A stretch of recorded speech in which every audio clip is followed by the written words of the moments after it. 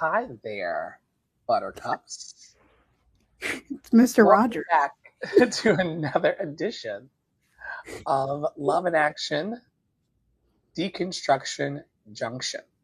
I'm Dr. Flo, not telling you what I heard, but what I know. What I know is that you're loved and lovable. You've always been loved and lovable, and you're going to be loved and lovable for the rest of your life. And no matter what you're going through today, I am experiencing housing instability. Tara is now publicly announced incubating a whole human. Tara was being terrorized at 7:15 this morning, according to her Snapchat, by a tiny person who could not figure out what to do with plastic takeout lids. And the list goes on of the challenges that we are facing in the world at large, some of which we're going to talk about today. The important thing to remember is that in every circumstance of your life, you are deeply and profoundly loved and lovable. You are held and supported. And when you call out to the universe responds. And the universe uses amazing people like Tara, who you'll meet in a second, and those who've been supporting us through Venmo and Cash App and Instagram direct messages, all as part of this economy of kindness that we are all in, this interdependent thing that we're all in, and also this call through all of our circumstances, especially at 7:15 in the morning, to wake up. Life is happening in real time, and we are encouraged enough and equipped enough and empowering each other enough through programs like this Deconstruction Junction to stay aware, awake, and inspired in the world. And it's been a thrill for the last few years in various types of programming, but in the last 2 years in this one, to be able to share from an open heart and to pour from an open cup into the world through this program. I said my first of the podcast a few seconds ago, and it reminded me of a resolution that I believe that Tara has this year to use less filler words. Did I hear that correctly? Yes, I saw someone on TikTok on their journey of not using filler words, and I was kind of like, there's one. I kind of want to do that because I say a lot, like when I'm thinking about something. So, yes. One of the things that I coach people in my performance coaching wing of the business is that when you are using filler words, it's typically because you are speaking too fast. You have this stream of consciousness happening in your 60 to 70 to 80,000 thoughts that we have going on every day, and you want them to get out. But sometimes our words are moving faster than our brains are, or our brains are moving faster than our words. Filler words are always an opportunity to slow down, to chill out, and to let life happen exactly as it's supposed to. Now, I'm going to read my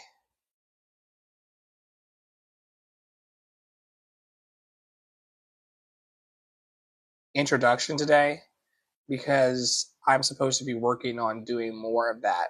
I'm a Broadway trained vocalist, teaching artist, and operations leader with over 15 years of experience spanning music education, community arts, program management, and creative operations. I'm also the founder and creative director of Love and Action Network, and we are a multidisciplinary initiative centered on creative expression, wellness, and community connection. And Deconstruction Junction is part of that community connection. Even when I'm in a hotel, stabilizing my whole life with my partner in Savannah, Georgia, it is still a thrill of my life to get on the hotspot. So if we start to get a little glitchy today, just know that that's what that's about. It is a thrill of my life to get on a hotspot and to put positive vibes out into the world with an energy of an angel that we call Tara Praolo. Could you introduce yourself to the people today as we get started before we move through the deck? In the arms of the angel, we're away from here. In the arms of the angels. That is my best voice, and you should all come on January 31st, February 5th, February 7th, or February 8th to see the world premiere of My Name is Florence. I'm gonna talk about that later. I don't like the angle that I'm sitting at, y'all.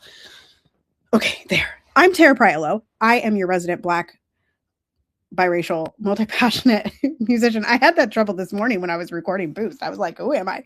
I make the intangible tangible by helping you release your entanglements. Okay. I also, Flo was mentioning that I am incubating a human. I have a little human who's sleeping, so that might interrupt the broadcast a little bit. But I'm also at the epicenter of yet another state-sanctioned murder. I am in Minneapolis. So I'm carrying that today, as I have for the last however many years that I've lived here, which is, gosh, I moved to Minnesota. Wow. I moved to Minnesota in 2013. So I have been in Minnesota for 13 years, which is kind of crazy. And before that, I lived in Nebraska, but my mom was from Minnesota. And so, like, we always had eyes on Minnesota. So pretty much everything that has happened here, I am very aware of. And I've got the other thing that I should just let people know before we jump into the first thing. You may hear my text messages going off. I do have a couple friends that live around here that may need some help with situations that are happening that we're going to talk about first. So yeah, if you see me or hear that, it is because I'm trying to help my friends and trying to keep people safe if they need it. I believe Dr. Flo is sharing out the pod with folks. And I will just reiterate that Dr. Flo and Poppy could use more help. They could use positions that Dr. Flo can fill, contractor positions, as well as gig positions.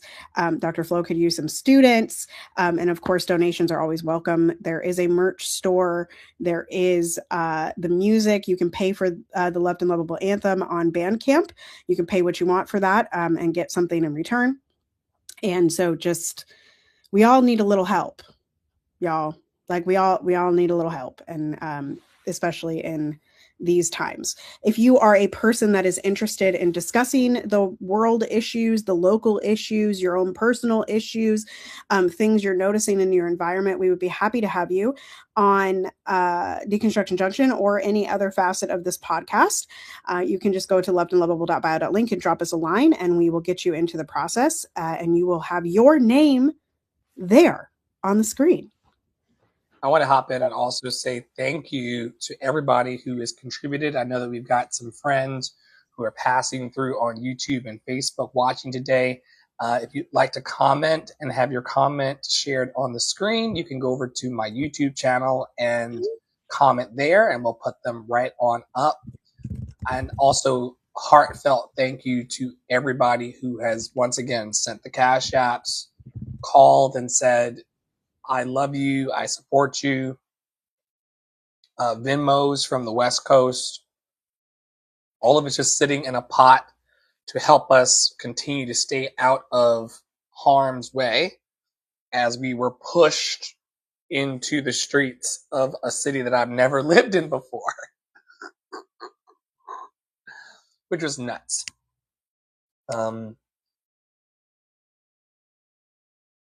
All is well.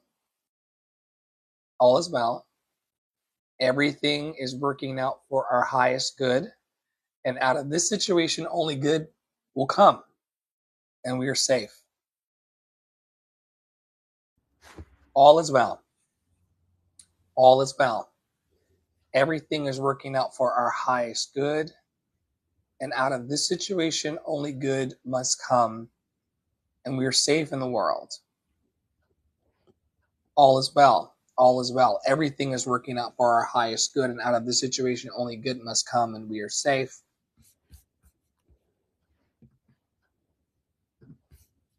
Some of my nights recently here have been rough because I'm adjusting to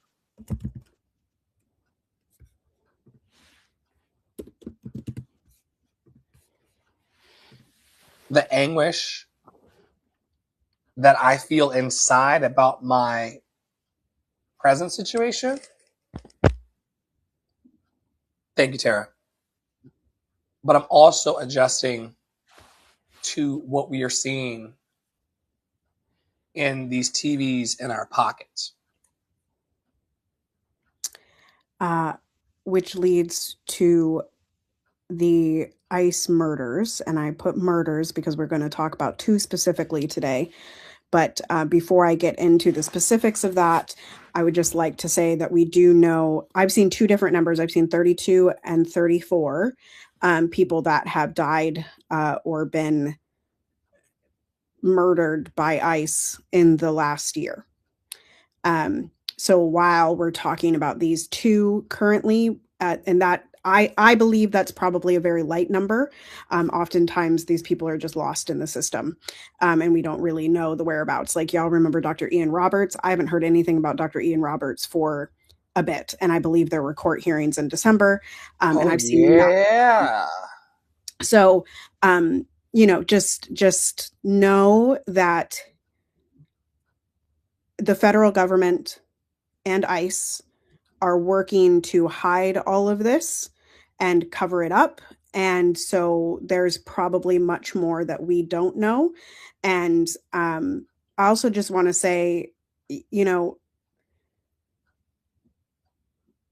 people are going to miss things. And we have to give people grace. Like, I see so much vitriol right now being thrown at people that are saying almost the same thing. I got a YouTube comment this morning that was like, she was murdered. You have to say murdered. I'm like, this is a baby clip. Go watch the whole video. We're literally saying the same thing. We're literally saying the same thing. Give people grace, give people time, give people the opportunity to grieve. This is big stuff. This is big stuff. Just like Gaza was a big thing, just like Ukraine was a big thing, just like George Floyd was a big thing. All of this is big, and it's very heavy to carry. And it is okay to give people grace. It's okay that people don't know. It's okay. It's all okay.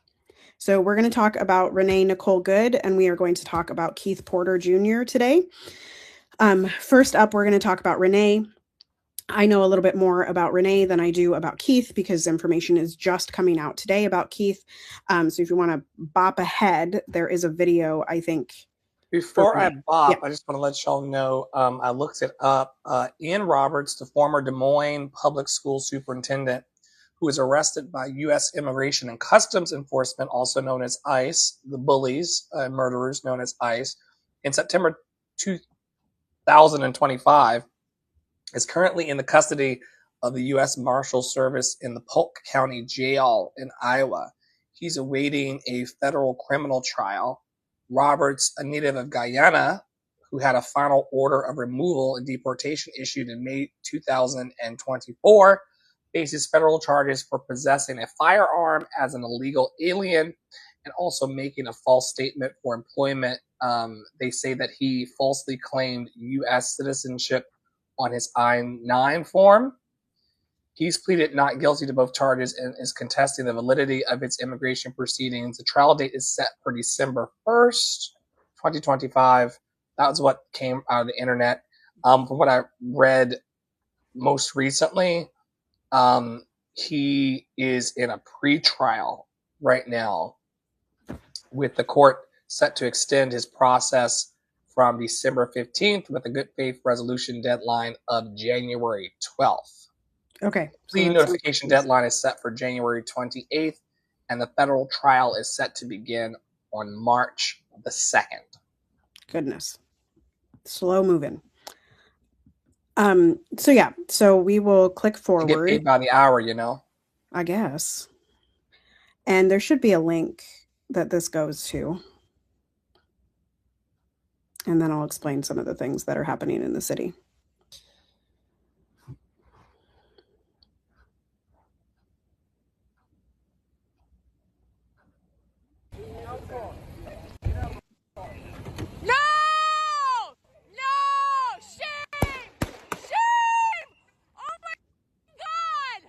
Let's bring in our Chief Justice correspondent, Pierre Thomas. Pierre, we finally did get video cleared. You are seeing the actual footage there of a bystander that captured the video on a cell phone. We have two totally different stories here and a massive investigation that is underway, being led by the FBI. You've got DHS, Pierre, Kristi Noem, saying this was domestic terrorism, that this ICE officer was reacting in self-defense. But then you have the mayor of Minneapolis, Jacob Frey, and also the police chief, Brian O'Hara, saying there is much more to this story that is simply not true, that the ICE officer was not necessarily reacting in self-defense. Well, Kara, we have a total disconnect, as you say, between what the federal government is saying and what the local authorities are saying. You saw the governor of Minnesota, in this case, express his frustration with ICE and the enforcement that's going on in the city of Minneapolis. But he was very clear in trying to point out and urging citizens to peacefully protest and to conduct themselves in a way that did not invite more violence. I think the key here is that the video, there apparently is going to be body camera video from the ICE agent perspective. They're going to have to go through that video frame by frame. But I think the key here is that law enforcement officials from DHS perspective, they are loud and they're clear. As you say, the Secretary of Homeland Security calling this an act of domestic terrorism. They put out a statement that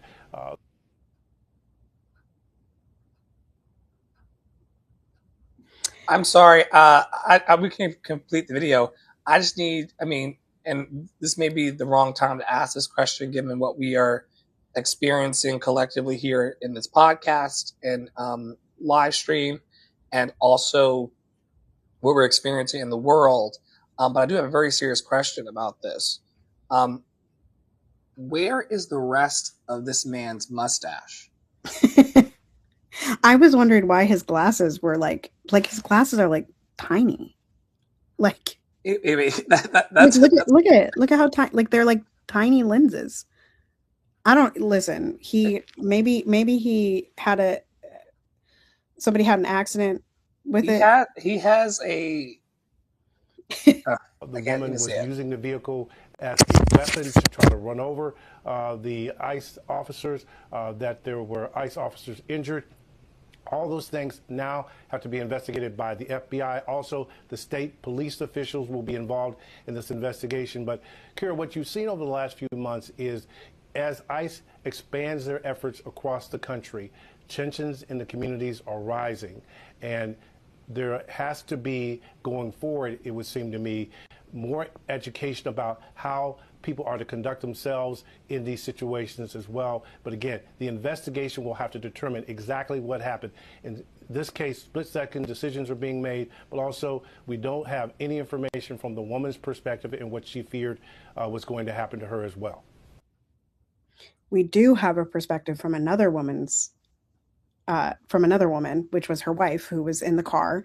And they literally blew her head off in front of her wife. Now, you know, I'm not sure that video is really clear. So I'll just take it back a little bit. About 10 a.m. on Wednesday morning.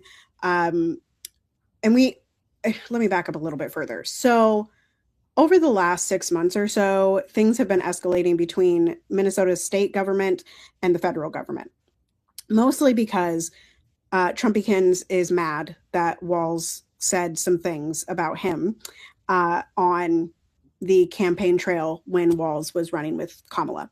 Then there was this whole fabrication of childcare facilities in Minnesota not having children in them, even though they went to them over a holiday break when they were closed.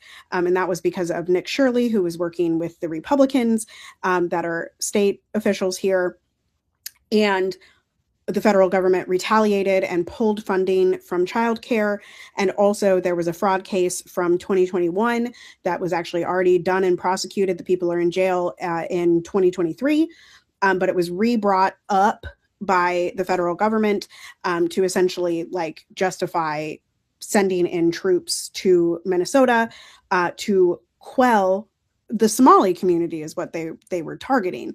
However, we all know that means all Black and brown people are targeted because clearly all of them look the same to ICE. So that's the backdrop. And in late December, Donald Trump and the federal government sent in 2,100 ICE agents to Minnesota. So a drastically increased presence. And this happened, like I said, on Wednesday, so January 7th, around 10 a.m.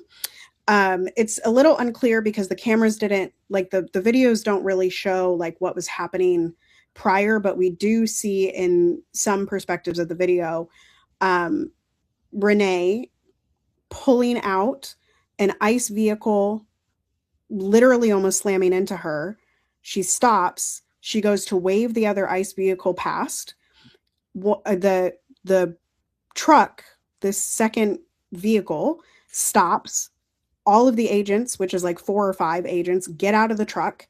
One runs up to her door, starts pulling on her locked door, trying to pull her out of the car. And the other ICE agent is standing in front of the car, leans over and shoots through the windshield, and then shoots 2 or 3 more times through the open window as Renee's car speeds forward away from him, right? He's literally chasing after the SUV at one point, and then claimed he had a hip injury, is what I heard this morning.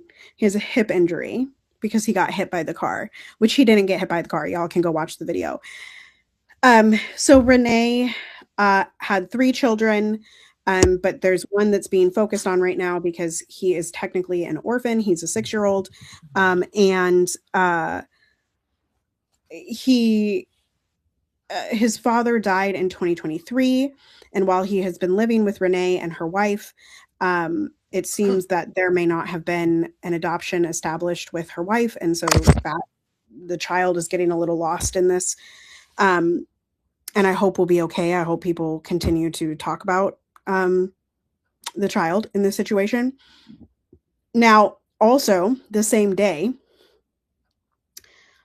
ICE attacked a high school at dismissal time. They arrested staff members and they kept one of the staff members overnight. They used tear gas on high schoolers and essentially tried to clear it. So Minneapolis public schools since that point have been closed. They were closed Thursday and today. And other cities in town are doing the same. Fridley was closed today. Columbia Heights was closed today. And Minneapolis Public Schools is offering e-learning until February 12th for those that want it. There have been protests the last 2 nights. There have been several press conferences for Walz, from Walz and Frey, as well as people like Nikema Levy, who you all maybe remember. She was a big name during the George Floyd protests, as well as 38th in Chicago and 612 Defend. Those are kind of those are spaces you can follow. You can also follow Monarca. That's an organization here that is helping with immigration and helping people get out of these situations.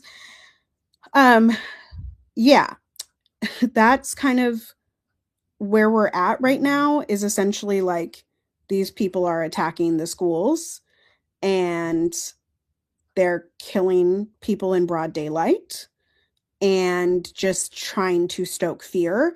And I will say that Donald Trump said he's sending more agents. I don't know if that has happened yet, but in response to one of Tim Walz's press conferences, Donald said, we're going to send more to quell the crime, right? Which actually crime was lower before ICE got here, according to all of the metrics. Jacob Frey talked about that this morning. And I will just raise here that I do think it's very problematic that Jacob Frey and Tim Walz are calling for peaceful protesting. And I just want to remind people that the people without the guns are not the ones escalating this. The people with the guns are always the escalation, always. And that is always ICE. It is always law enforcement. It is always these people, right? And so it is just a reminder that people, law enforcement and ICE, are going to inflict the terror whether or not the people rise, whether or not the people are being violent. They're going to do what they're going to do. Renee was doing nothing but trying to get away, and they killed her. George Floyd was doing nothing. They killed him. Philando Castile was trying to comply. They killed him. These are all in Minnesota. So Dante Wright trying to comply. Dalal Eid trying to comply. Right? These are all situations that could have been completely avoided by law enforcement not escalating the situation. So I really think it's very dangerous what Walz and Frey are calling for. I think it's very dangerous that Walz has authorized the National Guard, even though he says it's against ICE. We all know what happened in 2020 here with the National Guard and what they did to the people of Minnesota. It's been very, I have to say, like, having lived here, like I said at the top of this, for 13 years, like, and having lived here during the uprisings in 2020, it is really, like, it's very traumatic that Minnesota continues to be the epicenter of this. Like, you just don't get a rest, you know? And it could have happened anywhere, but it did happen. Renee was shot 6 blocks from where George Floyd was murdered. So if that gives you perspective of how, like, close this was and how intentional something like this was, right? And I offer my conspiracy theory that I didn't get to share last night in the private chat. I thought you were talking about I thought that was your conspiracy theory. That they were coming to get that's not your conspiracy theory? You have a different one? What did you think my conspiracy The thing theory that you was? told me. I thought the thing that you told me was the conspiracy theory. What did I tell you? You told me because it's something that shouldn't be. I thought you were saying that your conspiracy is that they're going to come take your car. Oh, no. And which is no longer a conspiracy, folks. That's just us needing to talk to the people who could. Yeah, but we've got a little bit of window. Got actually a whole month of window to to close that loop. And shout out to everybody who's also in that situation in the world as well, of wondering if I didn't realize that the new cars that they sell have GPS installed so that the people who would come to take your car don't have to look as hard for it. Yeah. Have you heard of that? I've never heard of that. But isn't it a 2013? Is your car a 2013 or 2016? Because my car's a 2013 and I ain't got no GPS in my car. Yeah. That's like a new thing where in order to find you, Big Brother, and you actually can get into trouble and automatically default on the loan for the car if you disrupt that process in any way and try to power it down. So wow. It's wild. No, that's not my conspiracy. That's not the conspiracy. Okay. And just hang on to your seatbelts, folks. This is going to be outlandish. As a theater person, there are a lot of angles that are missing from this state-sanctioned murder. And you know how I feel that there are a bunch of people at Area 51. God. I'm trying to wrap my mind around why the physician was not allowed to touch her, why the paramedics were not allowed to touch her for 15 minutes. That's because it took them 15 minutes to get there. But yes. And then ice blocked their entry. But what if this is part of some larger plan that we don't know anything about, that we cannot see? What if your idea of it being 6 blocks away from the George Floyd situation is...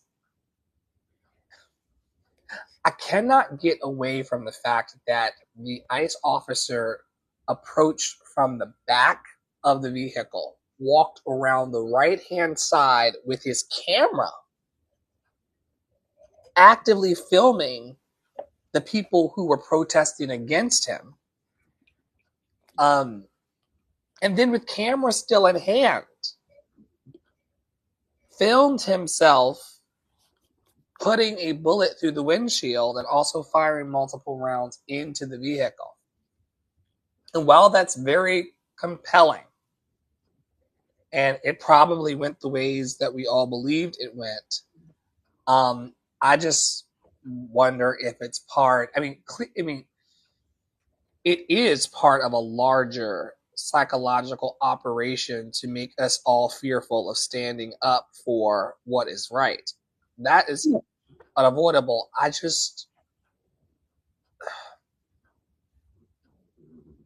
What if she is at Area 51 drinking coffee? I don't think Renee is at Area 51. I think Renee and Charlie actually got unalived. Charlie really, we saw that. Why are you grinning about it? You shouldn't be grinning about it. I don't think that you should. Because how are you gonna be like, gun? It's okay that there's a couple of deaths from gun violence, and then you get killed by gun violence. Like, anyway, like you were saying about your hotel stay that you have manifested for the last 5 years, while also being like terrified of it. Like, he clearly manifested gun violence being the way that he was exiting the earth. Here's the thing, like I explained earlier, like this has been leading up, right? For the last 6 to 8 months has been leading up in Minnesota. I don't know that he was supposed to kill Renee. I think he was just supposed to kill somebody in that location, around the location of the George Floyd stuff. Okay, now we're getting a hybrid. The local government is still very mad that the people control 38th in Chicago. The people have put legislation through our local government to keep that area sacred, right? The government here is still upset about that. So do I believe that Tim Walz and Jacob Fry are totally against the federal government? Nah, girl. Like, there's a reason that they're telling us to please protest peacefully. Let today be a day of unity in remembrance of Renee Nicole Good. Like, y'all are doing and saying all the right shit. And I believe not a word of it, because I know what happened to the Black people here. I know what happened. I lived here. I was in it. I was driving downtown daily. I was doing it. You're also directly affected by the terror that's being caused by ICE in the community. Right. So, like, the terror is very real, right? I do think she's dead, because, like, it was very, if you watch the video, y'all, like Flo was saying, it's very odd. It's a very odd timing for him to pull out his gun. He just, like, randomly whips out his gun and shoots her. And it's like, he placed himself, he walked around the back of the vehicle, walked up the side of the right hand of the car, and then intentionally had to walk in front. Like, he could have stayed on the right hand side of the car and just stayed there and let her go. Like, he walked in front of the vehicle and ended up on the front left side to point blank range. And the irrefutable evidence that we're going to see them harp upon is that bullet through the windshield is positioned at the level of definitely getting a headshot. Right. Like, he leaned over. He was on the hood. Like, there's a clear intention to cause harm. Right. And, you know, once again, like, why? And we ask this question every time a state-sanctioned murder happens, right? Which is like, why do the people that are suffering the violence have to be the ones calm in the situation, right? Why? Like, that's crazy. If someone is trying to get in my car, I saw somebody ask earlier, like, as a woman, like, what do they teach you? They do not open your door, get the fuck out of there, right? Like, so even if she had an intent to hit him, to get him up out of the way, that's what we're taught. Her weapon was the car, and she still didn't hit him. Let me pull this up, because this is something that I saw this morning coming out of, it's not in my saved, it's actually in my likes or my repost. I'm going to go over here. We're a little early in the episode for my, let's see if this. Good afternoon. I'm Rochelle Bilal, the sheriff for the city and county of Philadelphia. And I say her name, Renee Good. Renee Good. Renee Good. Renee Good. Renee Good. Renee Good.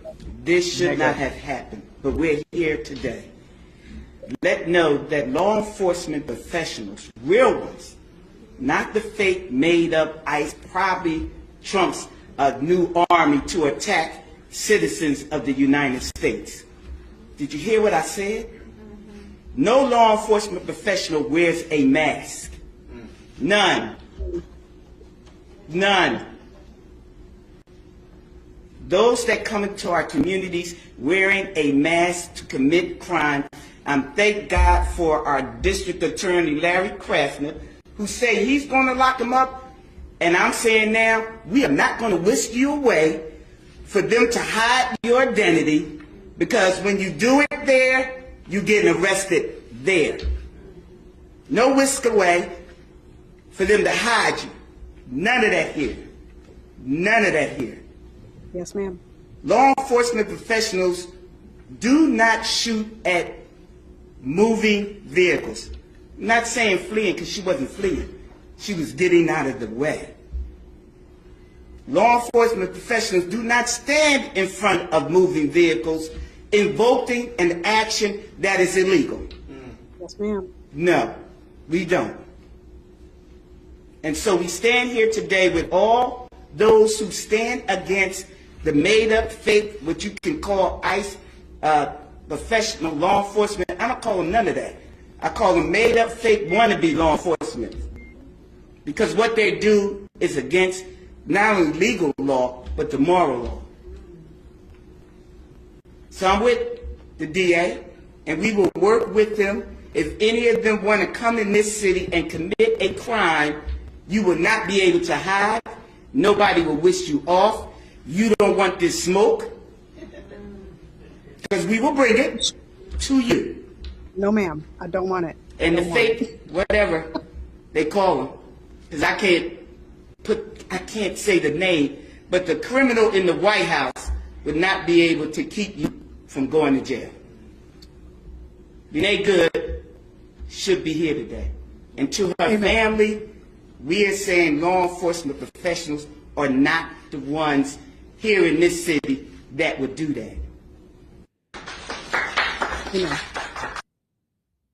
Yes, ma'am. I don't want that smoke. I ain't coming in her city. Ain't no way. Ain't no way. We have already dealt enough with Philly people in our lives to know that it's already rough out there. No way. Ain't no way. And I love that she highlighted this. I do not like that Border Patrol officers and ICE officers wear masks. Yeah. I don't. Yeah. To me, it is a modern take on Klan work. Yeah, they replaced the sheets with masks. Yeah. I agree. That's all it is. It's a glorified gang of white folks trying to initiate terror, ethnic cleansing. Yeah. Okay, let's move to Keith. So once again, like, I just saw this kind of sparking up on Threads Wednesday night. Bunches of people were kind of saying, like, why wasn't Keith's names lifted up? And, lots of people blaming it on race. Yes and no. It was in the middle of the night. The ICE dude was off duty. Lots of things were not, and there's no video, which doesn't really matter because this dude got murdered. But why are off-duty officers discharging their weapon? Right. So on civilians. Right. So this happened December 31st. Supposedly, and again, this is just like, I read some reports on it. Supposedly, Keith on New Year's Eve was celebrating. He was shooting a gun into the air and came towards a building where this ICE agent was staying. And the ICE agent, instead of doing the right thing, which is to call local law enforcement, because ICE does not deal with law enforcement. Like, that's not, ICE is supposed to be dealing with immigration. Anyway, this off-duty ICE agent picked up his gun, went outside, so took himself out of a safe situation, and went outside and killed Keith. That, and I guess, and this is where, like, the timeline gets a little fuzzy for me, because all the articles that I've read said that his family on Monday, like this week, started asking for, like, accountability and for this dude to be arrested. But I couldn't quite understand why there was that difference of like 5 days, or if that's like a misreporting thing. Like, there's something very convoluted about this particular murder. But we're lifting it. Keith Porter, murdered by an ICE agent, whether on duty or off duty. No one should be murdered by law enforcement like that, or Border Patrol or ICE. My mom literally texted me as we were getting on here and, said, like, it doesn't matter what people are doing, they should not be killed. And that is true. Like, it literally does not matter that he was firing a gun, because law enforcement, ICE and Border Patrol are not the law. They are not the executioner. That we literally have a judicial system that doesn't work to determine who gets to live and who gets to die and who has to go to jail. That's not law enforcement. That's not ICE. That's not Border Patrol. That is none of the above. That is not the military. That is not their purpose. So when these people decide to execute, because make it very clear that none of these officers have been in danger, right? None of these ICE agents have been in real danger. And to execute in broad daylight. Right, right. And so, and again, like back to Philando Castile, back to George Floyd, those officers, none of them were in danger. None of them. None of them were in danger. And they chose to execute people. And that is not their job. So whether or not Keith was posing a threat, right? Whether or not the ICE agent says that Keith pointed his gun at him, which quite frankly, I think a lot of people with some dude that you don't know walks up to you with a gun, like, and you also have a gun, what do you think is going to happen? Anyway, like that's wild. But still, in that situation, even if a gun is pointed at an officer, they are not supposed to kill. They are supposed to try and shoot some other part of their body, but not kill them. The tires. I'm still trying to figure out why this quote unquote ICE officer, which some would say the police are supposed to be keeping the peace, why they didn't shoot for the tires. Why didn't you shoot the engine? Why didn't you shoot the gas tank? Like not the gas tank. And again, with Keith, like, why wouldn't you shoot the ground next to Keith? Why wouldn't you shoot his foot? Like, why are we shooting to kill? Why are we shooting to kill? That's not a thing. Well, because these people actually like to cause harm. They actually like to cause harm.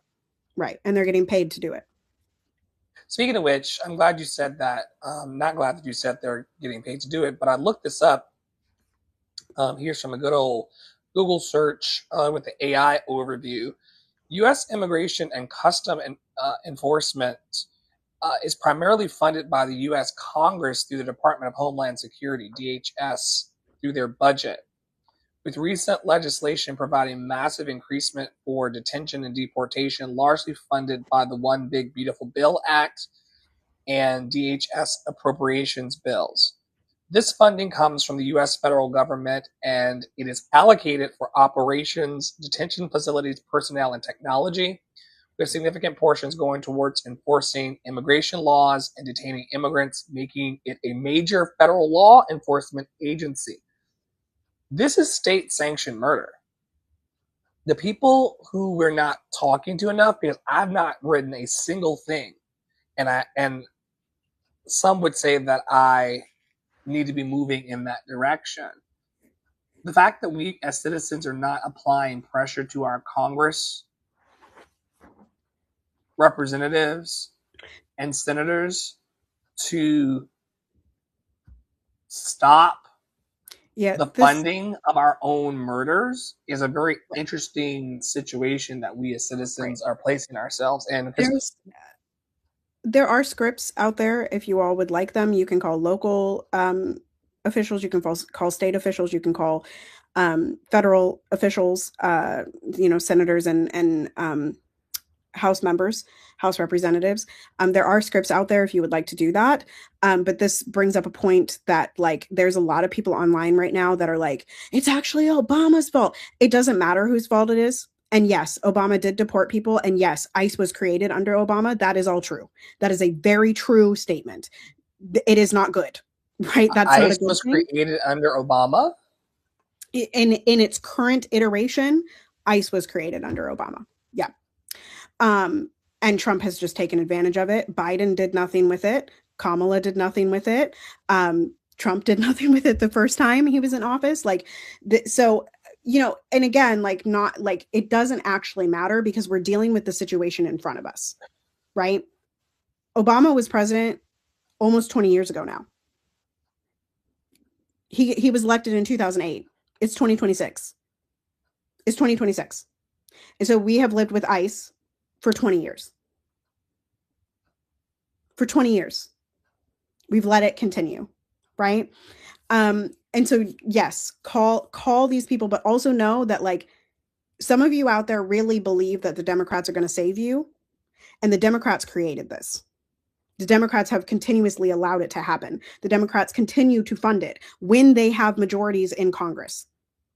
The Democrats are not going to save you any more than the Republicans are going to save you. So just be clear about that they are not coming to save you. And therefore, yes, call your representatives, write your representatives, get the emails out the door, use 5calls.org, use Telegram, use these things. But do not get it twisted for a second that you don't need to know how to protect yourself and how to protest. Don't get that twisted. Calling your reps is the bare minimum at this point. You need to know how to de-arrest people. You need to know how to keep your family safe. You need to know how to keep you safe. You need to know how to stay warm when it's 30 degrees outside and we're protesting. You need to know when to get out and when to stay in it. You need to know how to observe ICE. And when to get out is very interesting because I'm trying to figure out where the footage is. What was happening prior to where the tape starts for us? That's my question. That's my question, because like it seems very weird because initial reports, right? And this has kind of changed over the last 2 days, but like the initial reports were like that she was, and they're still calling her a legal observer, but the video doesn't actually start until she's pulling out of a parking spot, which to me, when you watch the video, looks like she's just trying to leave the neighborhood. Like she lives on the block or something and she's trying to leave the neighborhood. And it's like, oh, okay. You know, like, and then the ICE dude kind of runs into her. But initial reports were saying that she was protesting or she was observing someone else being taken by ICE. But then you see ICE arrive. To me, it's very convoluted. I would love something. One of my friends messaged me and said that he knows people that live on the block and he's hoping that like Ring camera footage could help with that to like see what's going on beforehand. But like, why was the camera started at that moment? Like why did all of these witnesses which is suddenly why I call turn on their cameras? That's why I call psyop, because it's like we've not seen any footage before that moment.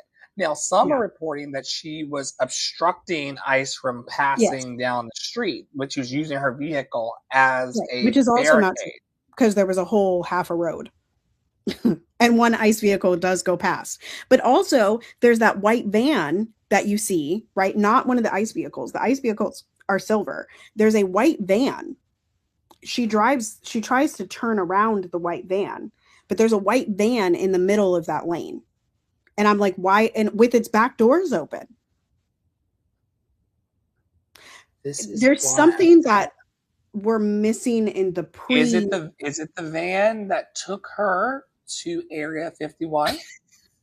No, because she ran into the light pole and the EMS carried her out of there over their shoulders because they couldn't get a stretcher in.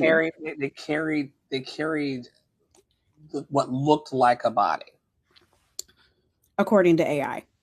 Like why was no one allowed to touch her or see her after it happened? Yeah, that's it. But that's the same thing they did with George Floyd. The same thing. EMS was not allowed in. EMS was not allowed in. It's weird that law enforcement, and we know their intention was to unalive her permanently because they did not want her to come back to life. They did not. They wanted her to be. And they kept saying, we have our own medics, we have our own medics, we have our own medics, but the medics never came. Local EMS came. They have their own medics? Why would they need their own medics? That's what the ICE dude told the physician. The physician was like, I'm a doctor. Can I go check her pulse? And he said, I get it, man. He said, I get it, man, but we have our own medics. Just give us some time. We have our own extraction team. Once again, I'm not trying to be that person. I'm just saying that, there are ways to make a scene happen.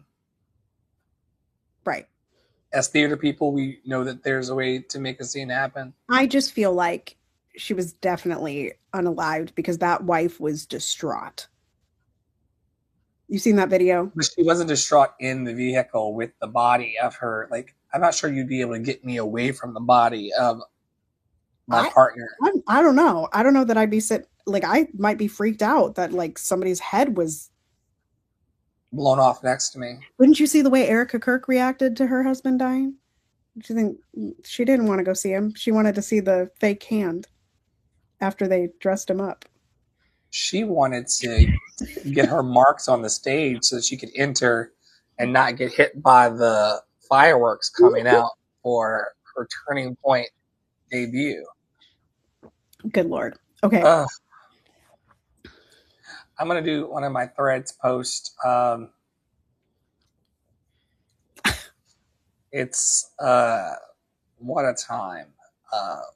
I'm not going to linger here too long. I got to go into my saves, which I hope are clean enough for the internet, because you already know. Grace isn't letting yourself off the hook. It's staying in the fight without hating yourself for being human. You want to read that one more time for yourself? That's why I saved it, and that's why I brought it today. Grace isn't letting yourself off the hook as it relates to the responsibilities we have, the money we need to make, our family responsibilities, the community that we serve, caring for ourselves. These are all things that need to happen. These are all things that must happen. Grace isn't letting yourself off the hook. It's staying in the fight without hating yourself for being human. And as I have been hanging on to the edge of being housed, which happens in Stranger Things, by the way. He hangs on and then he falls and then he gets caught. I'm not telling you who, because some of y'all haven't watched the last episode of Stranger Things. I have been judging myself severely over the last week and some change about being human. Humans get displaced. Sometimes it's not by their partner's mothers. Sometimes it's by a river surging because a hurricane came through and dumped too much water. Sometimes your house burns down with everything in it. Sometimes you get diagnosed with cancer. Right. There are a lot of ways that a human's life can be destabilized. You have to trust that you're able to stay in your race and to move moment by moment through the challenges with a sense of personal dignity. And I think that in the last week, I've had to grapple with where my crown was situated on my head. I think that at times I felt like my crown was just blown to the side. Because one thing you have to do when you are in a housing instability, when you need to earn money quickly in the areas that you feel called to, while making connections in a space that you are not familiar with. I'm not from here. I came here to be of service and things went left. One thing you do need in order to get yourself out of a tight spot is confidence and courage. It's very difficult for me to have confidence and courage while hating myself for being human.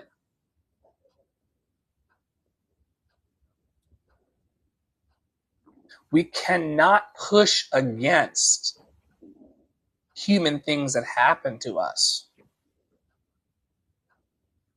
Things fall apart. That's a book. I know. It's a great book. Y'all should read it. Great book. Disappointments happen. Misalignments happen. People hate you and displace you for being silent. That's what happened to me. I was like, I don't care what kind of support you're offering me in terms of housing. I don't want to be yelled at.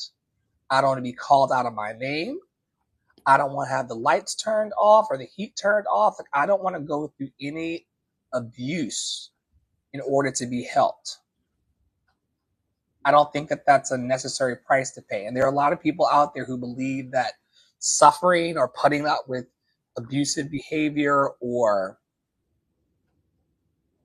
putting up with casual disrespect is the price you pay for being housed.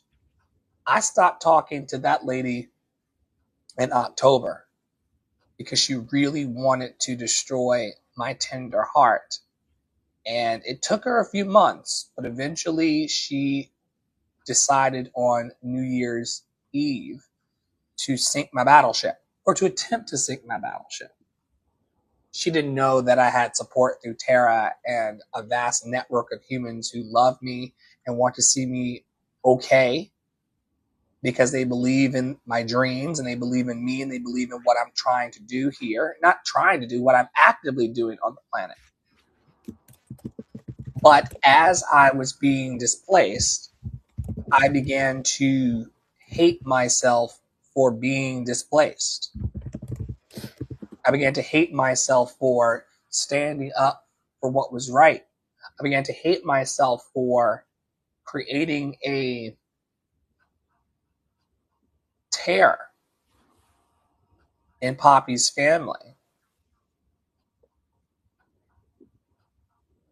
Once again, grace isn't letting yourself off the hook and pretending like money doesn't need to be made and responsibilities don't need to be handled. But it's staying in the fight without hating yourself for feeling your feels on a Friday. You have any experience, Tara, in hating your humanity or wishing things were different than what you're experiencing instead of just going with the flow of what's unfolding? Have you ever had that type of resistance where it was like, damn, I wish I weren't so human. I wish I were a seagull. Yeah, I mean, right now, like in terms of being like, you know, because I was so outspoken during the uprisings for George Floyd, every time something happens, right? Politically, globally, locally, murder or not murder, whatever, like there is definitely a pressure that is really hard to hold. And sometimes it's equally as hard to hold, because I was just talking to my friend about this as we were getting on here. Like, I have a great life. I have a really healthy toddler who makes me laugh, except when they're crying about nothing. And I have a baby. You know, IVF has worked twice for me. I'm about to premiere a show. I released an album. Like, the dichotomy of the outside door versus what's inside, and needing to share all of that and needing to be in my wholeness, but oftentimes feeling very incapable of holding the wholeness consistently. Like, that feels like I want to be a frog. Like, I would rather be a bullfrog in a lake. Yeah. Ribbiting at you. Or like I'm in a housing crisis right now. So I felt guilty about showing up on camera and laughing with you about life, because I'm supposed to be, I'm in a weekly extended stay, and what if I don't have the money next week for it, or the week after that for it? Like, it's like a guilt about being human, and there's always a reason to smile in every day we have. Right. That is, and that's part of it, right? That's and then joy is the revolution, baby. Like, every day there are things to smile about. We can allow ourselves to smile about those things. Right. Every day there are things to be sad about. We can allow ourselves to cry about those things, but hating ourselves for crying about the things that terrorize us, for hating ourselves, for having a moment of reprieve from the bullshit, is how we get ourselves into some really, really low places. And like, to your point, you've expressed to me over the years at times feeling guilty about having abundance while others suffer. Why not rejoice in the abundance that you have today and be glad and grateful for it? And be glad in it. I was looking to quote myself, but now I can't find the quote. Hold on. Once again, folks, if you're out there today and you've been doing what I've been doing for the last week, and you've been hating yourself for being human and experiencing all of the things that a human can experience, loss of money, loss of time, loss of belief in yourself, if you're out there just being like, I can tell you, I am 100% in the human experience right now. There's no reason for me to vilify myself about it. Poppy Water this morning, as he was getting out of the car, said, you need to change your outlook. Because I don't know what you need to do. He's like, maybe you need to go to mini storage and get one of those little books you read. He was like, maybe you need to find your favorite book and read something encouraging, that always a passage that brings you joy, but you got to change your outlook. You are just experiencing what it means to be a loved and lovable human on a Friday. To pretend like this Friday is heavier than all of the Fridays in all your existence is creating a hyperbolic environment that's pinching you off from there is only abundance. Right. It is. You're choosing to not see how abundant your life really is because you're choosing to hate your human experience. What you got? Right. And then you're cutting yourself off from all of the things that do bring you joy, like affirmations and like your music and like how many days has it been since we've actually been on a live stream and had a listening party of your music? You know, like, and it's because of that guilt of like, I can't feel good. But it also relates to something that one of the podcasts that I listen to talks about a lot, which is true crime. It's a true crime podcast. Anybody heard of it? It's called Crime Junkie. It's called Crime Junkies. Anyway, they talk a lot about like one of the things that you can kind of spot when a murderer or like someone in the family is the murderer and they come out and they're like performing the grief, right? Because they feel like if they can just pass the grief, like nobody will spot them. And so sometimes we feel like we have to act a certain type of way, but we don't actually, because we're just human. And so what I said in this caption, and I think I shared it to Real Time Social, so y'all can find it, but this was a couple days ago.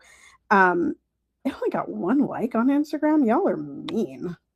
Hold on. Oh, that's true. Wow. People watched it. But anyway, I was talking about my mission and radicalizations in this current iteration. And what I said at the bottom of the caption was, tragedy doesn't stop for our daily lives. It doesn't exist on a different plane.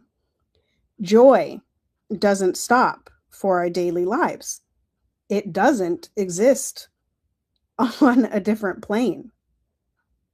Like these things, like we experience them as they come. They exist on this plane, all of those things. And it is okay to engage with all of it, or it's okay to set some of it down. Right? That's quantum. That's quantum. Every bad thing that could ever happen to you exists right now. In this moment. Everything that's good that could happen to you is in the ether, as you love to say, right now. What are we going to reach in and grab out of the quantum field? Right. Important to know. I'm going to let you riff about gatekeeping language. Do you want to take a 2-minute break, or do you want to just go in and I can come back after I go I'll and go water in. If you flowers? go forward, I can read the threads and I'll explain them. So y'all, I'm sorry to be that half Black person, and I talked about it in my morning yap yesterday. But currently, the other thing that is going on with Renee Good is that Black people are very upset. Some Black people, I should say, are very upset that Keith Porter's case was not widely shared, and also saying that rest in power and say her/his name is reserved for Black people and should only be used for Black people, and like da da da da da da da. And I'll read these two threads. I'm gonna read them. So this is from The Reclaimed, who is a person that I very much love to follow, like usually has good stuff. But it says, if Black people tell you that phrases like say her or his name, rest in power, are reserved for Black folks who were murdered due to bigotry, because too often our names aren't said, and we rarely see any accountability for our lives being taken. And you, as a white person, rather than hearing that, adjusting and moving on, decide to talk about all the reasons why you deserve to use those phrases and call Black people divisive, you prove your activism is merely optics. Now, I do agree with the very last half of that. We're going to talk a little bit more about the say his or her name and rest in power thing in just a second. There's another blurb from Lex Tapes _, which is, we're saying her name. She was white. We are mourning her already. She was white. We are already in the streets for her. She was white. So you don't need to use say her name. We use that for our sisters who fall and won't be remembered unless we tell y'all to say their names. Now, I do think this is a little bit complicated because, like, we didn't know Renee's name for many hours on Wednesday. We literally didn't know her name. We didn't know her race, right? And half of these Black people were out there saying say her name before we knew her race. And now all of a sudden we can't use that. We can't say that, right? And Flo talked about this in his live, not in this context this morning, but talked about moving the goalposts. And I've talked about this before on this podcast, that oftentimes what happens is we get a little bit of progress in the social justice arena, and then we move the goalpost, and the people that are literally well-intentioned are like, what the hell? You know, and then they throw up their hands and they walk away from the whole situation. Because, like, yes, I understand the concept of say her name. I understand the concept of say his name. And now there's people saying that we shouldn't even be saying say his name because the whole point was the Black Lives Matter movement was too man-centered. And so, like, we should only say her name. And I'm like, you all are insufferable with this. Let people say what they want, because we're all literally saying the same thing. We are trying to lift the names of Renee Nicole Good. You know what we don't have? While these people are arguing about say his name, say her name, Beyonce said, say my name, is what Beyonce said. That's what Beyonce said. Say my name when no one is around you. Say, baby, I love you. You ain't talking trash. Let me tell you something. They're not talking about databases and Substacks that blast out the names of these people daily. There's no solidarity to getting the information to the people who want to hear it. There's just arguments about the policing of language and what's appropriate. And if we're all one race, if we're all humans, which I think we agree that we are, and I think we agree, even these people agree, most days I'm human, right? That race is a construct. Then we have got to stop gatekeeping as a Black community. Because all gatekeeping leads us to, that is a tool of the master, okay?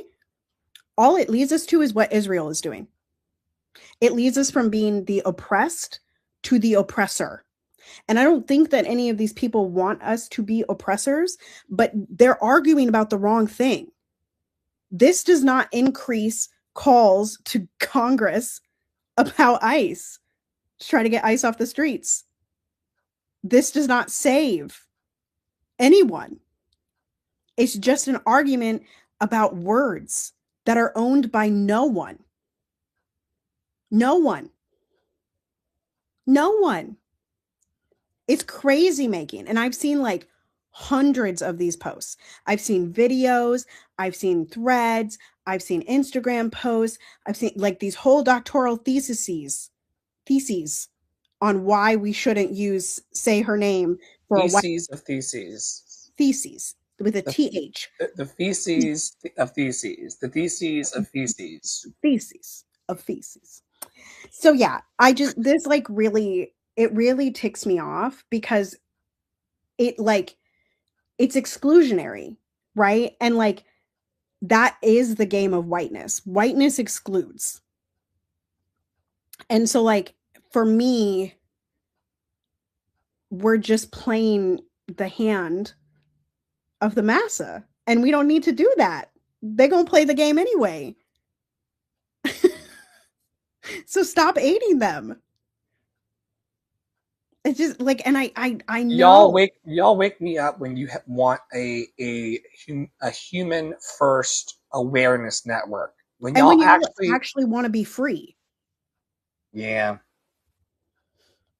Because wanting to police another person's language or to say they can't say that because they don't look like me is more of the same. It's really frustrating. I need something innovative and new that's actually going to liberate the people. Yeah. Agreed. Because I want everyone just as liberated as I want to be. Mm-hmm. I want everybody who's in this extended stay hotel paying way too much to be housed. I want them all in affordable housing. Not just me. I want everybody in affordable housing. Especially the light workers. And not just the black people and not just the brown people, the poor white people too. Because like, liberation is for everyone, y'all. And that's why, like, when we say like no one is free until everyone is free, right? Like, some of y'all are excluding white people in that conversation. Some of y'all are excluding white people from freedom. And that's not okay. Because like I said, then you're just trying to be the white man. Well, I've had to work on this in the time that I've known you, Tara. I've had to work on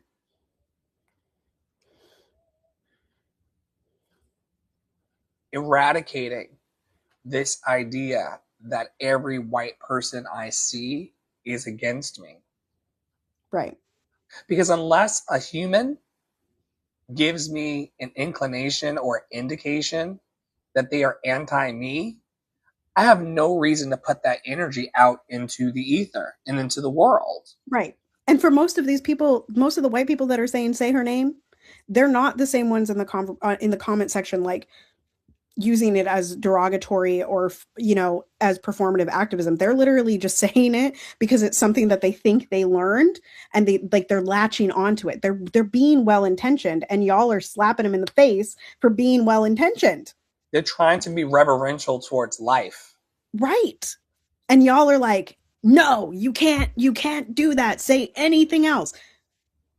Well, we talk about this all the time. There are people on the planet, like the person who kicked me out on New Year's Eve, who they're committed to being offended.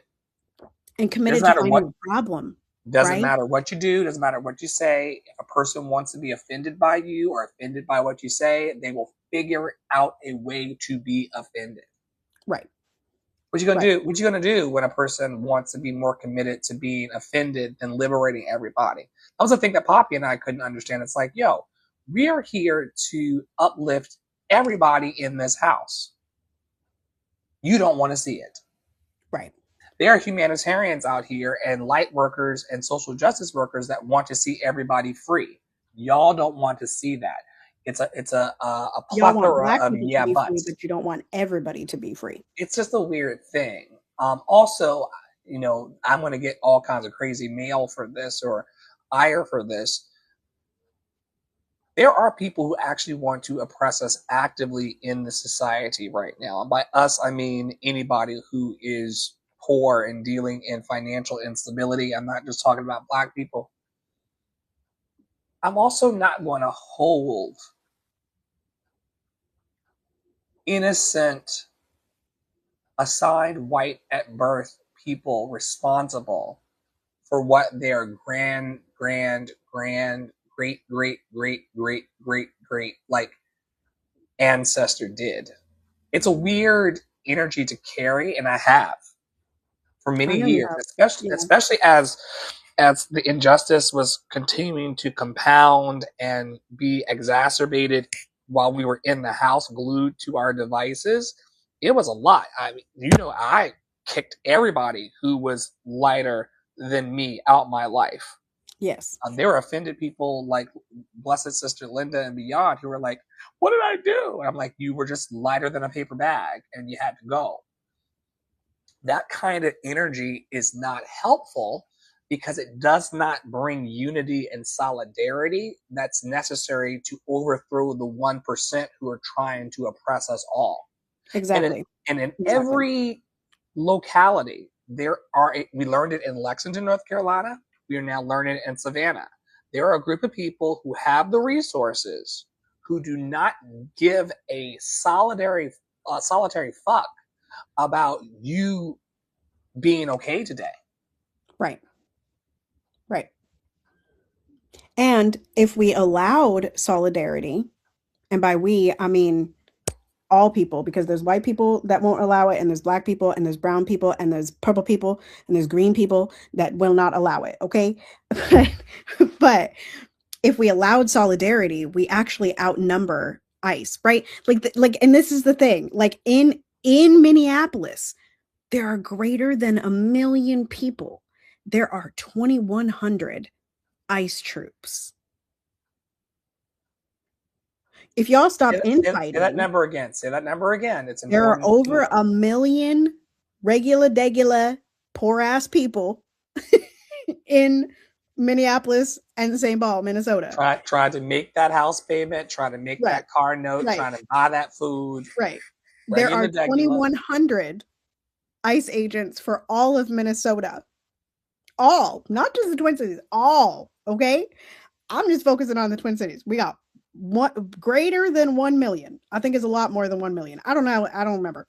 Anyway, if we all came together, instead of arguing about say her name, rest in power, who should be at the protest, who shouldn't be at the protest, I'm a black person, should I sit this out because it ain't about me? If we all just came together, that percentage is wackadoo. Like, we're scared because we're divided. We're scared because we're divided, and we are implementing the division. They're not implementing it. Donald Trump's not implementing it. ICE is not implementing it. You are in your house. In your house right now. You are implementing it. That's it. Oof. We are the agents of white supremacist Delulu. We are. We are. We are. Internally, we are. And we all do this, right? I catch it more often because I am black and white, right? So I have to find a way to be okay with the white, and I got to find a way to be okay with the black. And I can spot the oppression in both sides. I can spot it. I can sniff it out right quick, right? But I know that if we just came together, because my parents came together and created me, and I'm a stunning being. I am a radical being. I am an amazing being. I am blessed, right? So I know that if they can come together, then if all of us can come together, red, black, purple, white, green, blue, cripple and crazy, then we overcome. But we can't do it while we're all implementing white supremacist Delulu in our own person and in our own communities. Or not disrupting the narrative that we're being force fed through these devices. Right. We have to come to a place of saying, this is what they want us to believe. I actively reject that and go live on a podcast at 2:51 in the afternoon to say, I'm not with that shit. Right. You don't want the smoke. Right. You don't want the smoke with those 4 stars. Baby girl had 4 stars. Listen, I don't want that smoke from that woman. Amen, sister. She goes, there'll be no hushing and shooing you away. You will be made an example of. Try it if you want to. She's like, this is not Minnesota. We are passive aggressive here in Minnesota. Our one of the mayors said, "Get the fuck out," and people got mad at him because he said "fuck." That's Minnesota. While the lady on the street who could have been an actor was screaming, "Shame, shame." I regrettably giggle every time I hear that part of the video. Anyway, it's your Game of Thrones.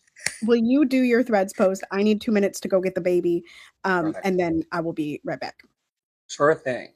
So Tara will be back momentarily. For those of you listening to the replay over on Substack, Google Podcasts, Apple Podcasts, wherever you source your joy and liberation, we are on those platforms. It's going to take me a little bit of time to get this up online today because I'm working off of a 5G hotspot. The Wi-Fi here at this very expensive extended day facility is atrocious, but we are going to power on through because we're going to love our humanity and love our challenges.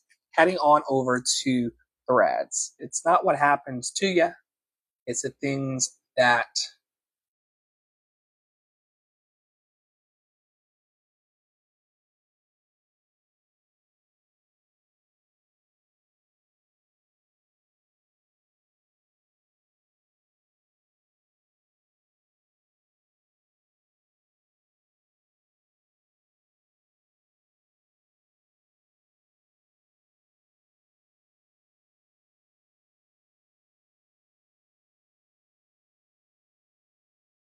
someone here over on Thread says social media should close every day like the grocery store.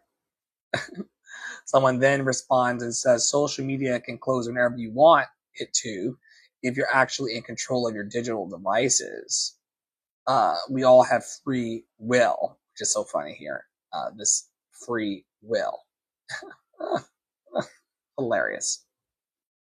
Hope you all are minding your time with your devices. I know that I'm talking to you on devices right now, so I'm not necessarily helping the situation. And let's be mindful of how we are using our time with our devices, and hopefully we're using our time with our devices for something that's bringing us peace and pointing us towards liberation. We talked earlier about the juxtaposition of Renee Nicole Good's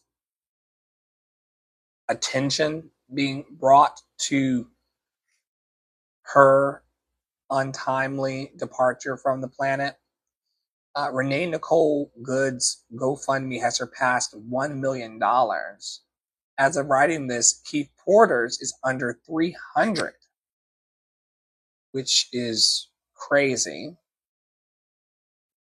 Because my Threads is a liberated space, here's a random homoerotic picture of 2 wrestlers fighting. This is just what my Threads is like. It's crazy. I don't even see how this happens. Is it AI? Nope, it's actually a real photo.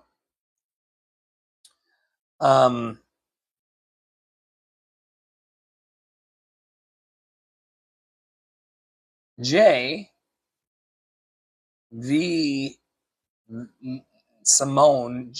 Simone says, what is confessed no longer controls me.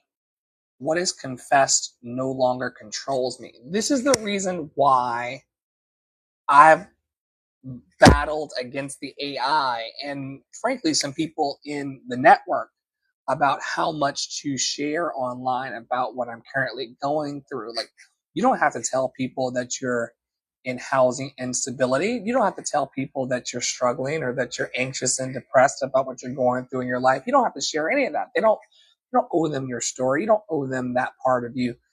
For me, telling my partner that I am depressed or that I'm circling depression as it relates to what we're going through and that I'm in a tough spot, or telling Tara, like, yo, this is really not the wind out of me.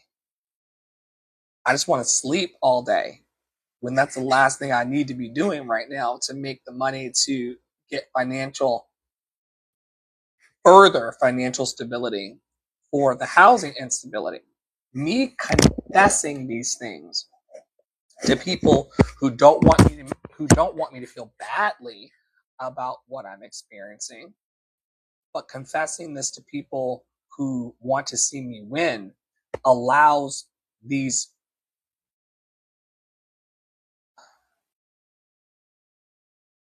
self-harmful thoughts to no longer have power over me and to wreak havoc on my emotional, spiritual, and the physical coexistence of my life with others. And so that's where I'll land there with my threads share. I like this. I'm gonna love it and repost it in real time. What is confessed no longer controls me.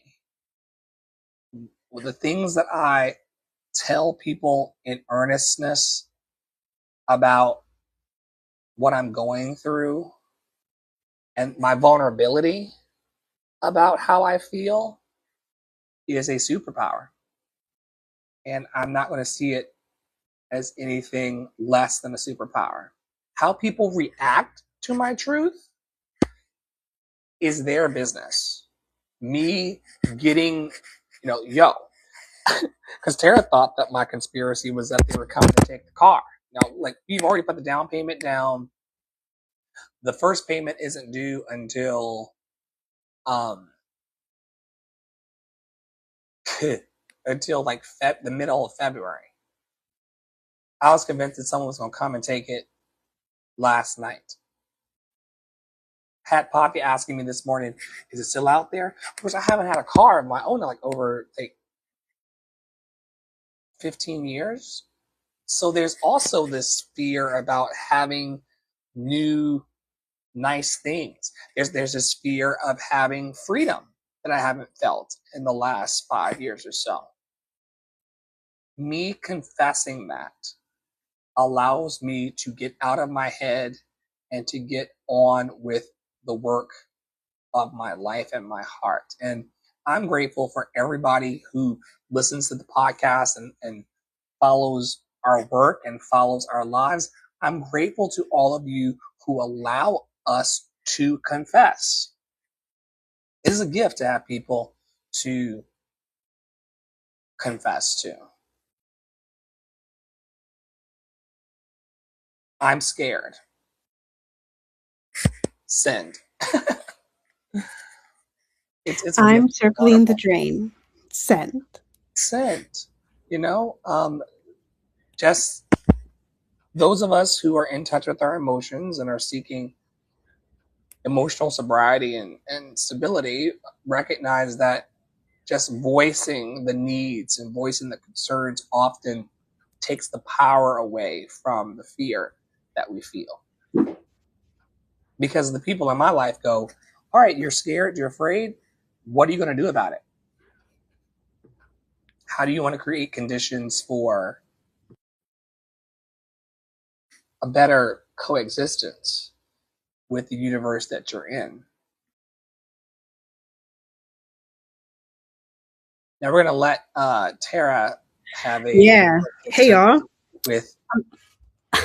I'm back. We'll be quick about this because I have a meeting in 30 minutes. And this is a long one because we just got back. And it's a new year and lots of things are happening. Thank you so much, baby.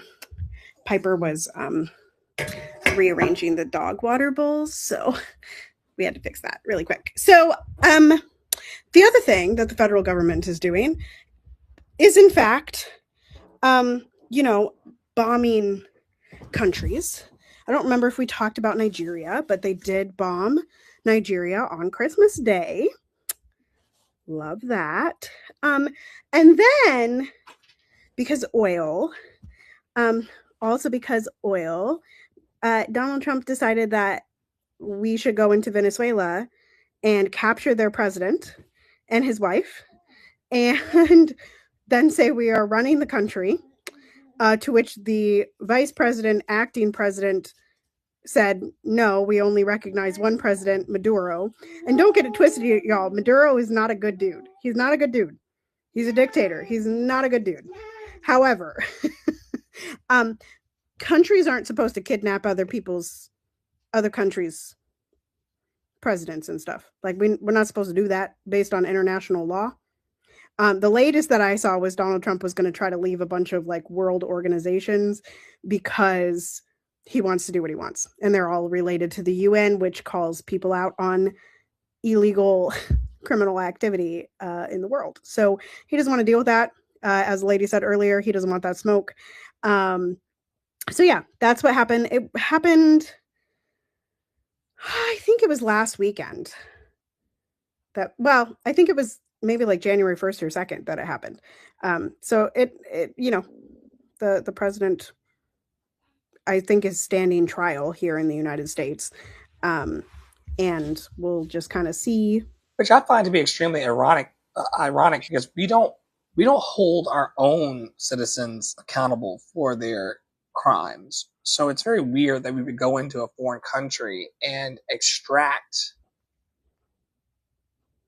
whole humans out of their homeland to hold them accountable in New York here when they push against, you got a person walking in the background. I see that.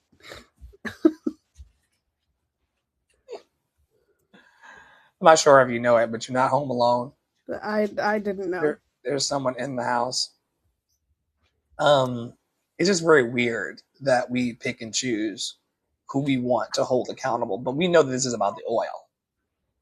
This is about resources and a grab for resources. You also brought something to... Oh, yeah. So this was just to reiterate that it's about oil. It says, it is 1991. I am 9 years old, and my country has started an illegal war for oil. It is 2002. I am 20 years old, and my country has started an illegal war for oil. It is 2026. I am 43 years old, and my country has started an illegal war for oil. So 2002 being Afghanistan and Iraq. Hey, don't do that to Moose. 2026 being Venezuela, and then 1991 being the it's going to come to me. It's coming. It's coming. It's coming. It's the first one. It's the George H. Bush one. To Kuwait? I can't remember. The Gulf War. Jeez. Sorry, I knew it was one word. Anyway, yeah. He also tried to do the Middle East, but I'm not sure he was real successful at that, which is why George W. Bush was like, yeah, let's do it. Anyway, he was finishing his daddy's work. This was from August 2nd, 1990 to February 28th, 1991. It was coalition forces from 35 nations led by the United States against Iraq in response to Iraq's invasion and annexation of Kuwait. It's like being in a car with drunk people. And wanting to get out. That's what Piper would do, being in that car. Desperately wanting to get out.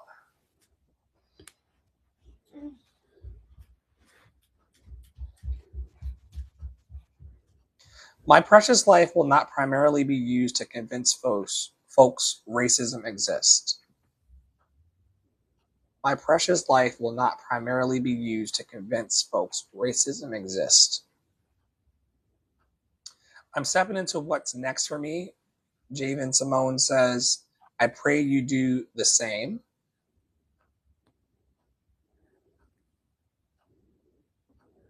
You betrayed me. I won't betray myself to make you comfortable. Mm-hmm. There's also a man being knocked out for disrespecting a woman. Okay. My cousin is going viral for knocking out a man on Malcolm X Boulevard for disrespecting a woman on the sidewalk. I mean, he put him to sleep.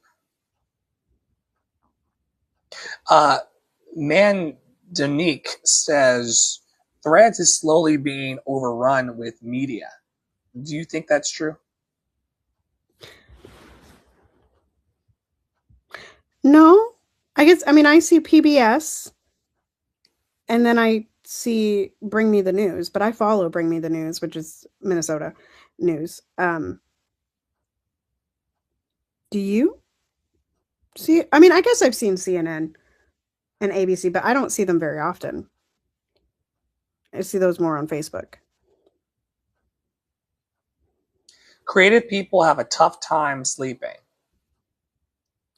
Do you have a tough time sleeping, or is it just me as an overthinker, worrier type that I am? It kind of depends, but it's not because of my creativity. Sometimes I'm up because I drank caffeine too late in the day. Sometimes I'm up because I'm uncomfortable. Sometimes I'm up because I have a thought. You know? I did not sleep well Wednesday night because I was worried about what was going to happen in the city. Mm.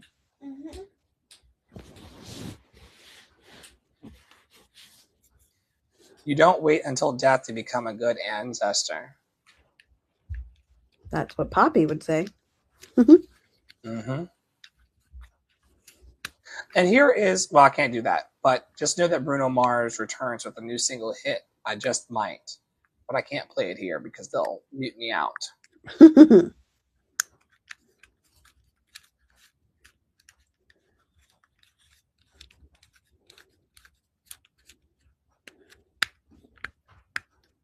Last thing that I want to share is Minix Couture saying, I wish I was dumb and didn't know anything tech related. I swear. Do you wish that you knew less about how Big Brother is watching us and all of these things? I wish I did. I mean, I just kind of don't pay attention to it. Like, I know it, but I just ignore it because I'm That's not the American way. Yeah, I'm not that interesting. Like, I'm really not. And if they're going to come get me, they're going to come get me without the surveillance anyway. Like, once again, like, people, the fear mongering of like, don't riot in the streets because they're going to start they need a reason to start martial law. No, girl, they're just going to do it. If they want to kill you, they're going to kill you. Look at Renee. You've been saying that to me all week as it relates to my personal crises as well. It's kind of like if you have a problem, then speak the problem. But if you don't have a problem, don't worry about it. Like, just trust yourself to be able to handle if an ICE person comes to your door. Yeah. Deal with it then, but not a moment sooner. If law enforcement comes to my door, I have an idea of what I would do, but that situation hasn't happened yet. So I got to trust that my future self, when that happens, is going to know what to do. You know? But nothing's the problem right now. What is what is. Right now, It's very sunny outside. The silver car has gone from across the street. I saw them pull out during the live. My neighbors aren't home. I don't think anybody's really home. My kid's playing in the Tupperware drawer. Like, that's what is. Yeah. So I don't like worry about them watching me because, like, once again, like, it's kind of like the same thing as like being worried that people are going to steal your social security number. Like, please steal my social security number and pay my student loans. Like, trust me, you don't want my social security number, girl. You know what I mean? Like, so I just don't worry about it. I'm like, I'm not the problem to government. I'm really not. I'm a person that pays my taxes. I do my own taxes every year. Like, they don't have any reason to worry about little old Tara, except that she knows how to organize. But like, if they were going to stop me from doing that, they would, whether or not I talked about it in channels, you know, even in public channels. But you mentioned this, those of us who are doing the light work and actually organizing even in our space, we still outnumber the naysayers and the idiots. That's an important takeaway for me today. Why we should feel empowered to speak and continue to speak. I think one of the biggest things about activism right now, and like, you know, I don't agree with the RSVP things to protest. I think that's weird. Like, that is really weird. That's just a marketing call. Right. But this like insistence on anonymity, insistence on like not posting anything from the protest, like that's just kind of like feeding into the fear of it all, or like not posting online that you're going, or not, you know, da da da da. Like it used to be like, don't ever, you know, you shouldn't share your phone number online. Y'all remember those days? It was like the early 2000s. Like, don't share your phone number online because then people can scam you. Da da da da da. Don't like make sure people don't ever see your home address because then they can find you. Like if people are going to find you, they're going to find you.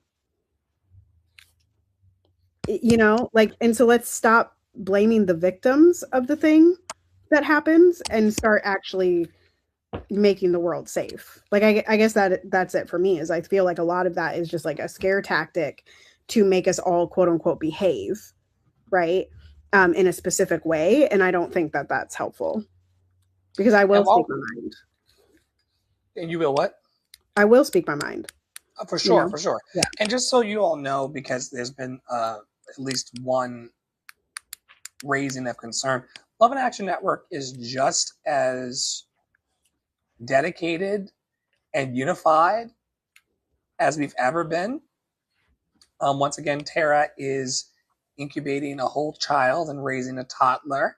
I am working on climbing out of a hole that a family member of my partner shoved us in. But we've not disbanded. We're still in the chats. We're still here every day. And if y'all want peer support rooms, all you got to do is RSVP for free 99. It's not that hard. We're asking you to take the step that we took for 8 months of showing up to a room where you may or may not have come to. And I mean, even Commissioner Gordon had to put on the bat signal. Right. So like, it's fine. You know, we're still here. We're still working. We took our unlimited PTO over the last 2 weeks, and we're back. And if you need something, you know where to find us. We are as organized as ever, and always a text message away. Ask Dr. Flo on Instagram or private channels if you've got that. But Instagram works wonderfully for surveilling us and connecting us. And then Tara's at Tara Paolo Studio, and she may respond to you if she feels like it. It's really true. And I'll just state that here. I haven't stated it to my actual audience, but like, y'all, if I post something publicly, don't come into my DMs. I posted it publicly for a reason. My DMs are not open to you. I will see it and I will never read it because that stuff annoys me. I don't have the time. Okay. I'm that person. If you message me on a topic that like you need help with, cool. But like, please be respectful of that. I have a bunch of people that like yesterday or 2 days ago, I had posted for recommendations on like double strollers and stuff for the new baby. And I got like 4 people who texted me instead of commented. I made the post so that you all could comment. I don't want to be in text messages with you. She's saying these things in public, and we are offering this podcast and things in public to create a liberated, non-whispering, non-secluded, non-fearful approach to talking about the things out loud. We've deconstructed religion here, politics, law enforcement. We're trying to, not only we're actively bringing these topics out into the main hallway so that we can actually get free in this lifetime and not in the next. So no DM whispering and witchcraft of seclusion. We'd like to talk about things like ceasefire in public with all of you and encourage you to lift your voice so that we can have, universal basic income would be nice. Affordable housing for everybody would be nice right now, not only in my life, but in the lives of those humans who deserve it around the world. And it's just what the Buddha talked about: greed, hatred, anger, and delusion that's causing us to have these issues. Okay, so this is technically about Venezuela, but we do talk about ceasefire now. And since that is the most recent bombing, you know, I brought it here. So this is a thread from BRWNEYEDAMZN. And it says, we've spent a year dehumanizing Venezuelan immigrants so that the public would lose compassion for us. Now America is bombing us. It was never about drugs or safety. It's about Venezuela being a country with some of the largest oil reserves on the planet. It's about greed, hate, and greed. And that is all of that these bombs are. And of course, we always say on this podcast, ceasefire now in our hearts and in our minds, and the world over.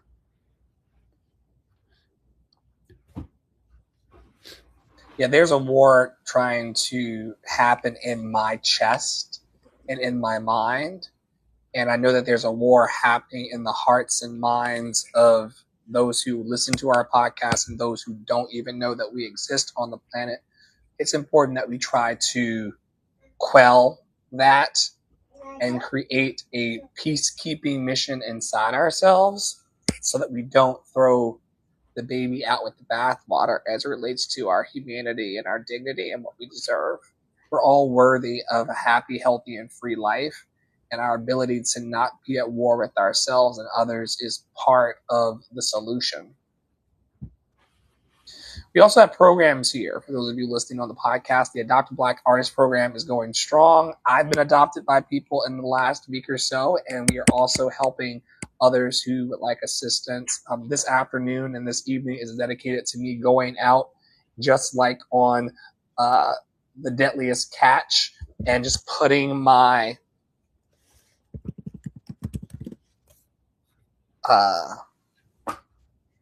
nets. Your nets and your bait. And my bait into the water, you know, and just continuing to uplift people while also being uplifted myself. It's okay to be in mutually beneficial exchange, and our Adopt a Black Artist program is part of that. We also are still offering daily peer support, not so much in the Clubhouse spaces like we used to, although we're more than open to doing that. Most of the work now is happening in our WhatsApp group, free of charge. So if you'd like to stop by, as Sister Loretta did last night, to let us know roses, thorns, needs, and seeds, we are very responsive there, and daily peer support is still going on, although it looks a bit different. It's not just sitting around and talking for hours. We are doing it remote because that's what the moment is requiring of us. And also, I'm advertising admin and support services in the areas of project management, also coaching for those who want to move forward at the top of the year with allowing the conditions for their manifestations and their dreams. So if you're out there needing support in the way of performance, clarity, public speaking, organizing your emails and your projects for success, we have a lot of people on hand, led by myself, who would love to help you actualize this year and manifest.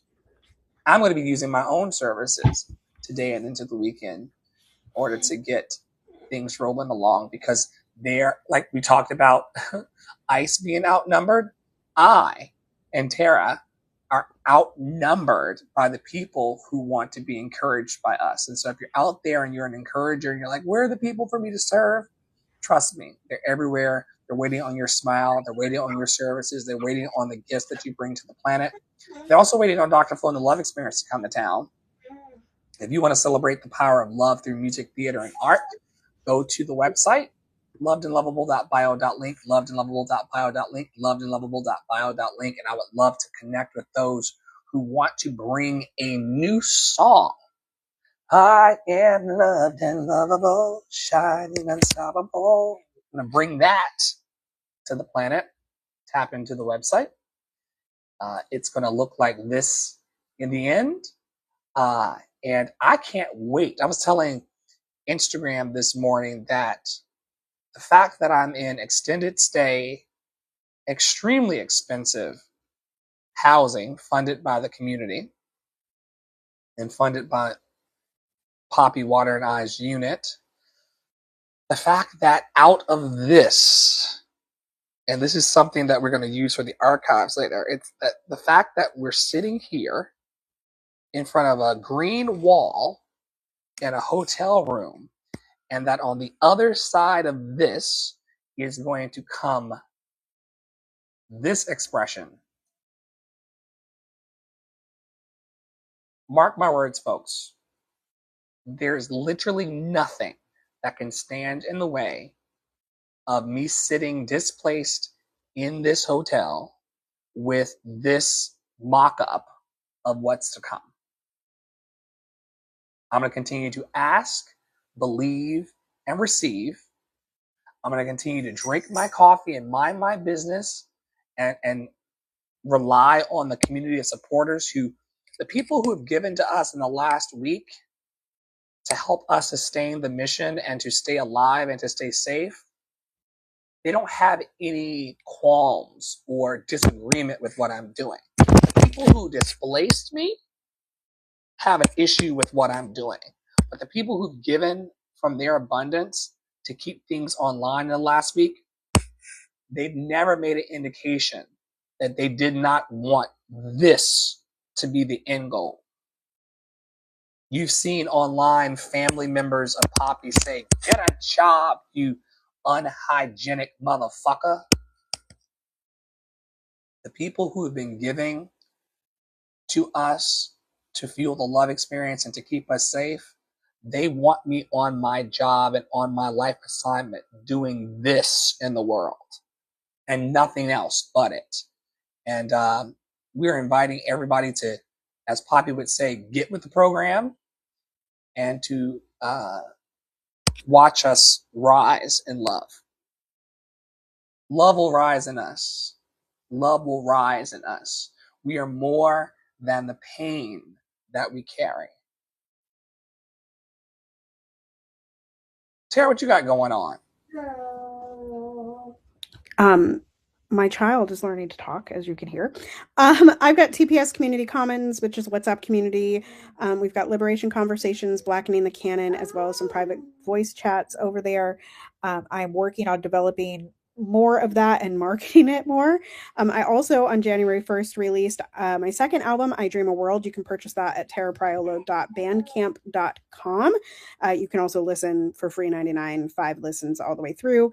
I will also be sharing more on that. I've struggled. I'm like, oh my God, I haven't gotten anything out about the album. But you know what? The album's not going anywhere. It's literally going to sit there, just like Soliloquy has been there for 3 years. So if you want to hear a lot of my voice, you can go over to terrapriolo.bandcamp.com, and there's about an hour's worth of Black music by Black composers recorded by yours truly. And then also, there's a couple, if you're local, there is a performance on January 18th of Opera on Tap at Metronome Brewery, and I am singing on that. And then at the end of the month is the world premiere of My Name is Florence. I do have a code if any of you are local and want to come. There are 4 dates, January 31st, and then February 5th, February 7th, and February 8th.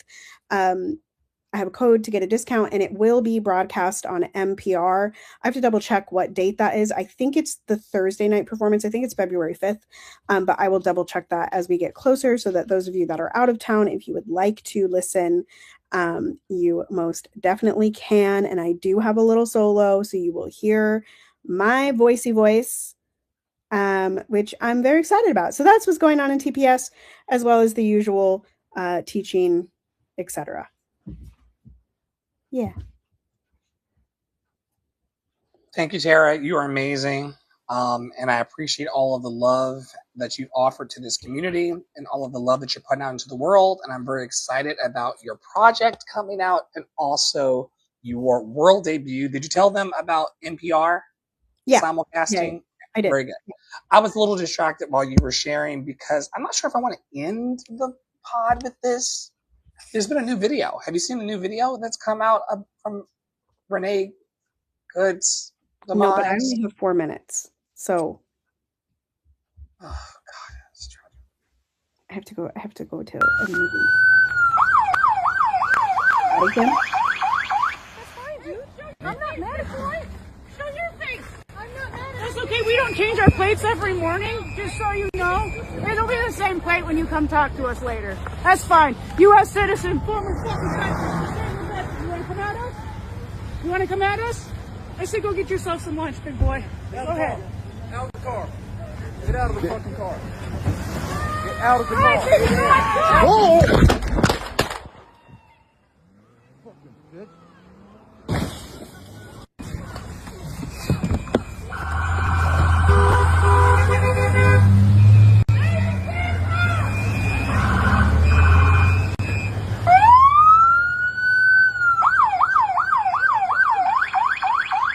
That's fine, dude. I'm not mad at you. This has got to be AI. It's okay, we don't change our plates every morning, just so you know. It'll be the same plate when you come talk to us later. That's fine. U.S. citizen. That video, it must be faked because the wife is not in the car. Well, Was that? I've been telling you for a minute. Like, I wondered who that person was that was filming him, and he was filming that person. I think the wife was outside of the car. I don't know. We thought the wife was in the car. I don't think the wife was in the car. It's not reported on any actual news source, so we'll see. But it's not. I just Googled it to see because that looks like it would be like what he was filming, but there's nothing on anything official. Not that official is always correct, but that looked like something different than we've also seen from the other angles. I'm not saying that we're conspiracy in theory. I'm not a conspiracy theorist. I think what happened. Discover I'm a classes, conspiracy theorist workshops. that aliens exist, but that's it. Discover classes, workshops, and private sessions with Dr. Flo and all of our practitioners. Your breakthrough starts now through Love and Action Network. Visit our website, lovelovable.bio.link, lovelovable.bio.link, lovelovable.bio.link, and check us out on our Substack, Apple Podcasts, Google Podcasts. This replay will be up in full, all 2 hours of it, very, very soon. Stay in your power, stay in your joy, stay loved and